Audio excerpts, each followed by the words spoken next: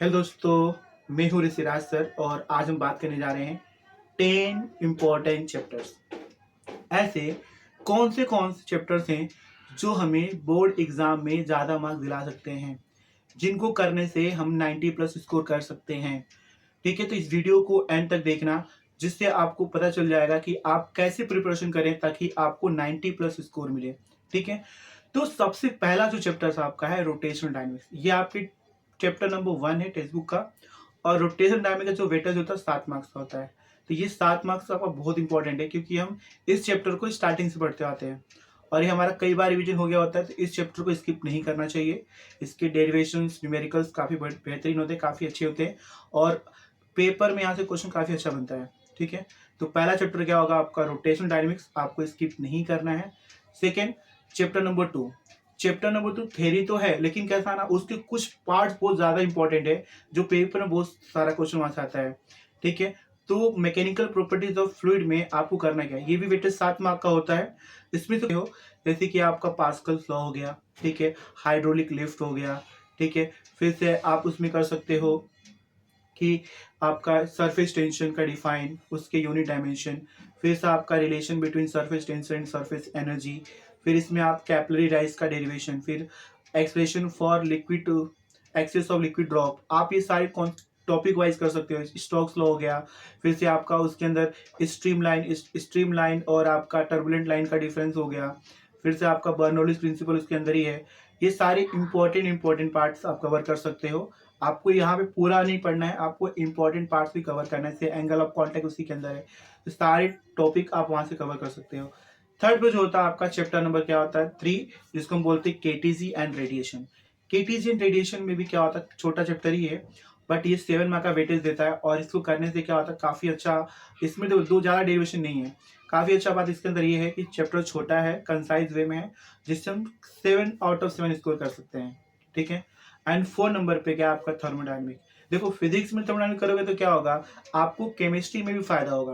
तो इसके लिए फिजिक्स में भी वही करने का, केमिस्ट्री में वही करने का, ताकि दोनों जगह फायदा हो सके आपको। ठीक है, तो फिजिक्स में भी क्या करने का, थर्मोडायनेमिक्स, और इसका वेटेज कितना होता है आपका 7 मार्क का होता है। ठीक है, एंड चैप्टर नंबर 5, बहुत लोग को डिफरेंशिएशन इंटीग्रेशन नहीं आता तो उसको स्किप कर सकते हैं। इसके अलावा वो किसी और चैप्टर को ले सकते हैं जिसमें उनको अच्छा पकड़ हो, जिसमें वो अच्छा कर सके। लेकिन मैं ऐसा मानता हूँ, ऑसिलेशन को अगर हम डिफरेंशिएशन इंटीग्रेशन थोड़ा जानते हैं तो इसको छोड़ना नहीं चाहिए, क्योंकि इसके कॉन्सेप्ट बहुत ईजी होते हैं, बट पता नहीं क्यों लोग इसको हार्ड समझते हैं। लेकिन इसके कॉन्सेप्ट बहुत ईजी होते हैं। तो आप चैप्टर 5 को भी ले सकते हो, ऑसिलेशन, जिसका वेटेज कितना होता है 5 मार्क्स होता है।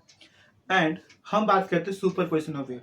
इसमें भी क्या होता है, कॉन्सेप्ट डेरिवेशन आपका ज़्यादा नहीं होता है, इसमें थ्योरी पार्ट ज़्यादा होता है और डेरिवेशन भी है, लेकिन इंपॉर्टेंट डेरिवेशन उसमें चार ही हैं, तो आप 4 करके जाइए आराम से। वो सारे इंपॉर्टेंट डेरिवेशन आपको मेरे वीडियो को डिस्क्रिप्शन बॉक्स में डाल दूंगा, ताकि आप उस पीडीएफ को डाउनलोड करके उस सारे क्वेश्चन को प्रैक्टिस कर सकते हो। ठीक है, अब बात करते हैं, स्टार्टिंग के 6 चैप्टर्स करोगे तो आपका 39 का वेटेज कवर होता है, क्योंकि फर्स्ट चैप्टर 7 मार्क का, सेकेंड चैप्टर 7 मार्क का, थर्ड 7 मार्क्स का, फोर्थ 7 मार्क्स का, एंड फिफ्थ आपका विथ ऑप्शन क्या 5 मार्क्स का है। चैप्टर नंबर 6 आपका 6 मार्क का है। इन सबको ऐड करोगे 7 7 7 7 5 एंड 6, तो आपको मिलेगा 39 मार्क्स। ठीक है, एंड देन बात करते हैं चैप्टर नंबर 9।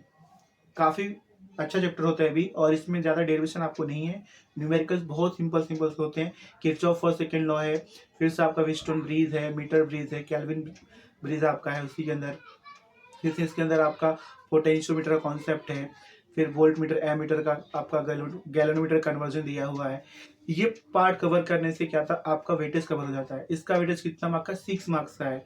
इसको करेंगे 6 मार्क्स मिलेगा, तो 39 और 6 को ऐड कर देंगे, कितना होगा आपका ये, तो टोटल हो जाएगा आपका 45 मार्क्स। ठीक है, कितने चैप्टर्स हो गए आपके, 7 चैप्टर्स हो गए बच्चे, कितने 3। अब ये 3 लास्ट के 3 कर लेंगे, जिसमें आपका थ्योरी पार्ट ज़्यादा है, डेरिवेशन कम है। जिससे जिनको थ्योरी पसंद हो थ्योरी करके जाए। इसमें थ्योरी बहुत ही ज़्यादा और न्यूमेरिकल्स बहुत ही कम है, डेरिवेशन भी बहुत कम है एज कम्पेयर टू ये 7 चैप्टर्स। जैसे चैप्टर नंबर 14 के क्वेश्चन काफ़ी ज़्यादा इंपॉर्टेंट है, क्योंकि एक ही क्वेश्चन लगातार पेपर में भी आया जा रहा है। आपने सुना होगा क्वेश्चन को, एक्सप्लेन फोटो इलेक्ट्रिक इफेक्ट या experimental setup of photo electric effect, experimental setup of, इसके डायग्राम बताता है, पूछता है, और आपको क्या पूछता है साथ में इसके, कंस्ट्रक्शन एंड वर्किंग, ये आपको यहाँ से क्वेश्चन बनता है, ठीक है। फिर डी ब्रोगली वाला पार्ट है, ये वाला करने से क्या होता है 5 मार्क का वेटेज होता है, आप आराम से स्कोर कर सकते हो। और इसके पहले कोई चैप्टर होता है मैग्नेटिक मटेरियल, इसको कभी छोड़ना नहीं चाहिए क्योंकि यहाँ पे गिने चुने क्वेश्चन ही आते हैं। 4-5 क्वेश्चन को प्रिपेयर कर लो, आपका काम हो जाएगा। और 5 मार्क का वेटेज, ये 5 उसका 5 कितना हो गया 10 मार्क्स हो गए, और उसमें ऐड कर दो 45 10 कितना हो गया 55 मार्क्स हो गए आपके। एंड द लास्ट वन, आपके 2 ऑप्शन दे रहा हूँ, आप सेमी कंडक्टर चाहो सेमी कंडक्टर कर सकते हो या स्ट्रक्चर ऑफ एटम। तो मैं अगर चूज करूंगा तो सेमी कंडक्टर, क्यों? क्योंकि उसमें थ्योरी ज्यादा है, डेरिवेशन कम है। तो थ्योरी ज्यादा, थ्योरी करने में इजी है ना, क्योंकि आगे सब डेरिवेशन और न्यूमेरिकल्स हैं। तो हम चैप्टर 16 कर सकते हैं, उसका वेटेज कितना 5 मार्क्स है। अगर जिसको 16 नहीं पसंद है तो 15 कर लेगा, इसका वेटेज कितना 5 मार्क्स है। तो ऐसे करके हम 10 चैप्टर को पढ़ने से भी हम क्या करते हैं 60 प्लस स्कोर कर सकते हैं। 60 प्लस क्या कर सकते हैं, स्कोर कर सकते हैं आउट ऑफ 70। और 30 मार्क्स आपका प्रैक्टिकल मिलता है, तो आराम से कितने हो जाएंगे आपके 90। 60 प्लस 30 कितना होगा आपका 90।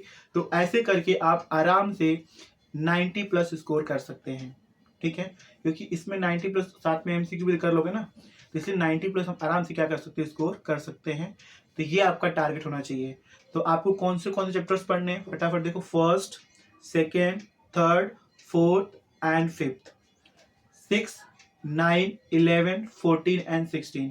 अगर आपको फिफ्थ को स्किप करना है तो आप उसको 15 से स्किप कर देना, ठीक है। दोनों का वेटेज सेम है, तो फिफ्थ को स्किप 15 कर लेना यहाँ से। ऐसे करके आपका ओवरऑल जो वेटेज कवर होगा वो 60 मार्क्स कवर होगा और आउट ऑफ 70, ठीक है। Thank you for watching.